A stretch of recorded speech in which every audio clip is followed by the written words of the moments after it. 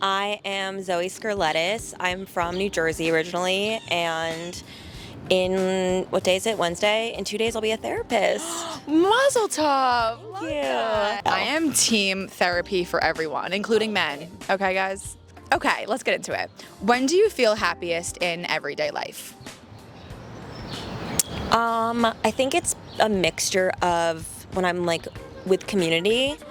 I was talking with someone recently about like the concept of third spaces, and Ooh, what's that? it's like in most cultures, like they have this concept of a third space, which is essentially like you have your home, you have your work, and then you have your third space, which is somewhere you go and have community. So maybe it's like a coffee shop, or if you think of like Friends, like the show, or How I Met Your Mother, there's always third spaces. What's your third space? That's the thing. I was thinking about it, and I was like, I don't know if I have a third space in New York. But when I lived in Austin, I had a lot of third spaces, and so I was thinking about that. I was talking about that with my therapist today, actually. Oh, I love that. Okay, well, I hope you find your third space soon. you. I would say for me, it's probably like a coffee shop, or even like going to the gym. Honestly, I feel like it's like a very I feel like sacred gyms, space. like workout groups, running groups are good third spaces. Tell us about a moment where you truly pushed yourself out of your comfort zone. Becoming a therapist. Honestly, yeah. The reason I became a therapist was I have a mental health podcast that I started in 2019, and I was interviewing a psychologist, and she was like, "Oh, you know, you'd be a really good therapist." At the time, I was working in finance. Like, I was living in Murray Hill.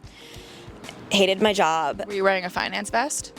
No, but I was wearing like Ann Taylor, like, like. It was so, like, not even like J. Crew Factory. Like, oh, it was so ugly. I can't even think about those outfits without, like... And look at you now, so super cute. I know, I'm like, oh, these are from Austin. They're thrifted. But, yeah, so I was interviewing this psychologist, and she's like, you'd be a good therapist. I was like, wow, I never thought about that. That's literally what I'm doing with this podcast. And so I hired her to be my therapist, and then she encouraged me to apply to grad schools, and I applied and got in and moved to Austin, and the rest is history. Wow, it's crazy how life works. Describe a significant moment in your life when you realized the need for change and took action to make it happen. Deep. So definitely that, like what I was talking about with going to, like, just completely changing my career.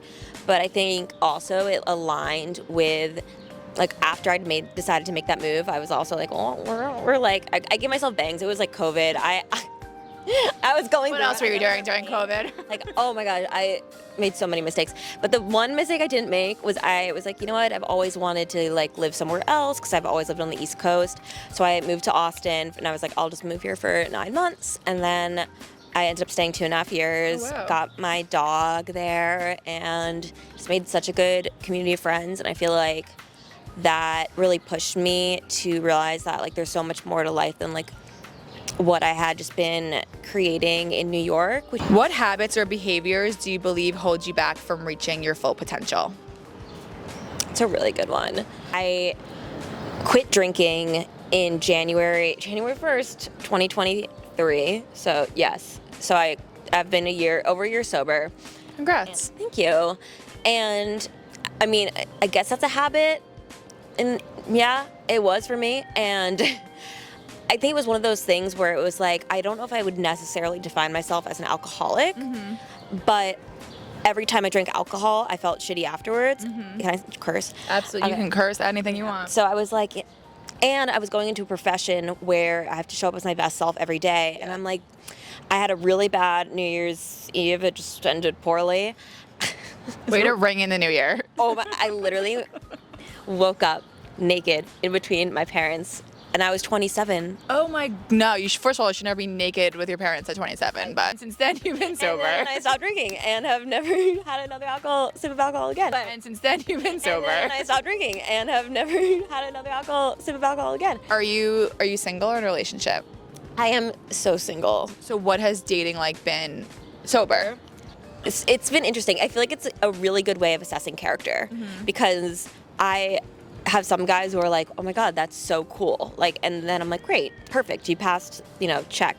Whereas I've had other guys like, oh, well, now I'm really uncomfortable about this because like, I don't want you to see me get drunk. And I'm like, we're going on a first date. Like, how drunk are you expecting to get? So I think if anything, it just is a good, it also makes me a better judge of character too, because I'm fully there. But yeah, that's a habit I quit and am very happy I did, because I feel like I made a lot of like right decisions in the right mind now that I wouldn't have made if I were still drinking. Last but not least, what do you see as your greatest accomplishment in life?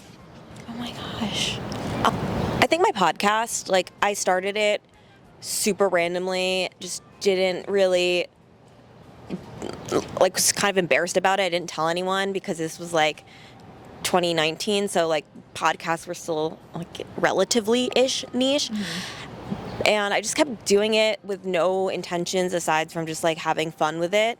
And then when I was applying for jobs after, it's like the only thing people brought up. They were like, "Oh my God, you have a podcast. What's it about?"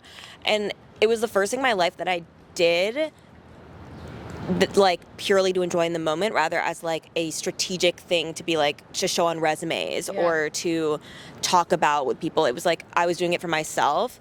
And to this day, it's like the thing that brings me the most joy. I think it holds, like, keeps me sober. I have had like just really cool random guests on who like I got to interact because of it, and it's something I think I'll always do, even though it's not necessarily like bringing me an income. It's not like making me famous, but I just love the like talking to people, and it's like lets me combine all the things I do. So that's what I'm most proud of. No, I love that you were saying that, because I love the saying, you know, you have to be comfortable being uncomfortable. So the fact that you put yourself out there and started this podcast during a time when like you weren't even really thinking about, you know, success around it, and now it's a part of your, you know, daily week and whatever, how many times you film it, it's very special to hear that. Yeah, and like ultimately I wouldn't be in this career that I'm like going to be in if it weren't for the podcast. So it's like I like to like, you know, try to stay logical, but it's these things that happen where I'm like, okay, like the butterfly effect, everything happens for a reason, like something's up there making all these little things. Took the words out of my mouth. Yeah, love the butterfly effect. Yeah. So